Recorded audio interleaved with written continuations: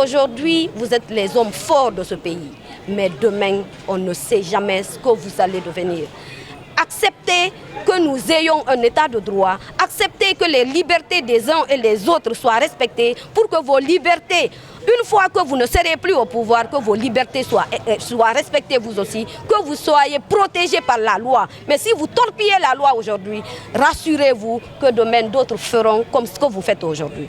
Faites attention et que la roue tourne. Par rapport à ce verdict, déjà, c'est un verdict de la honte. Comme nous l'avons souligné depuis le début, c'était un procès de la honte et aujourd'hui, nous assistons à une décision de la honte. Nous avons interpellé ces juges pendant nos différentes plaidoiries. On les a demandé d'essayer de sortir par la grande porte. Par la grande porte, c'était de dire le droit et de ne pas accepter d'être l'instrument par lequel les autorités doivent se servir pour torpiller, pour éteindre les voix dissonantes dans ce pays-là. Mais malheureusement, et très fort malheureusement, les juges se sont illustrés dans ce cadre-là à donner une décision de la honte qui fait honte à toute la justice guinéenne, qui fait honte à tous les Guinéens épris de justice. Et pour la justice en général, c'est un signal fort qu'on renvoie à toute la population guinéenne, à tous les acteurs politiques, aux médias même, vous-même, pour vous dire de ne plus parler, de se taire. Et que la seule voix qui doit porter dans ce pays, c'est la voix du palais Mohamed V. Et tous ceux qui sont dans cet engrenage-là.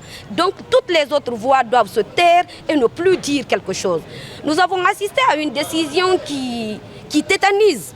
Mais tout était mis en place pour qu'on assiste à cette décision-là aujourd'hui par la militarisation du palais de justice, par la militarisation même des alentours du palais de justice aujourd'hui et même la disposition des fourgonnettes devant la rentrée du palais de justice nous disait qu'il n'y avait rien de bon.